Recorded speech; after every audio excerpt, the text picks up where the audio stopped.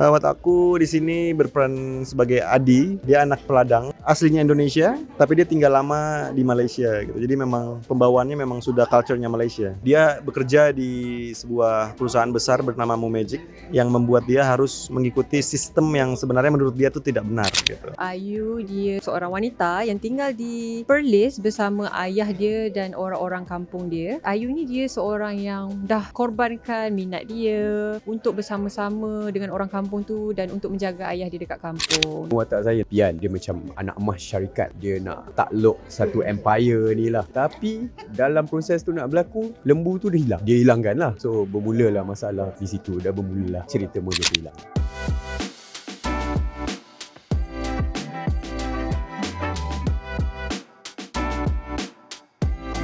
Cabaran terbesar adalah bekerja bersama lembu, sangat sulit ya, mengikuti mood dia. Jadi di saat kita sudah berdialog and at the end of the scene, ternyata dia nggak mau bergerak. Tak senang nak shoot pakai lembu. Yang paling menarik saya rasa sebab dia memamerkan nilai-nilai Malaysia. Dia sampai kena ada binatang untuk mencerminkan manusia. Sampai macam tu tau. Metaphorically lah. Saya dah pernah syuting dengan Abang Namron, saya pernah syuting dengan Ayah Wan Hanafisu, saya pernah syuting dengan Gambit. Saya rasa mostly saya pernah syuting semua yang ada dekat situ. Saya pernah casting kecuali Adi. Jadi chemistry and bonding tu dah memang ada dekat situ, and saya sangat-sangat happy sebab semua yang ada ni adalah dari pelakon favourite saya. Sebenarnya bahasa Melayu dan bahasa Indonesia tuh mirip-mirip, tapi beberapa kata tuh memang sangat berbeda gitu. Jadi membuat aku ngomongnya seperti ini tapi kata-katanya beda. Butuh waktu untuk kita bisa mencerna itu gitu. Jadi memang that's the hardest. Jangan lupa nonton film Mojoku Hilang. Bermula 23 Julai ni. Di program berdekatan anda Boleh bawa semua family sebab umum. Okay.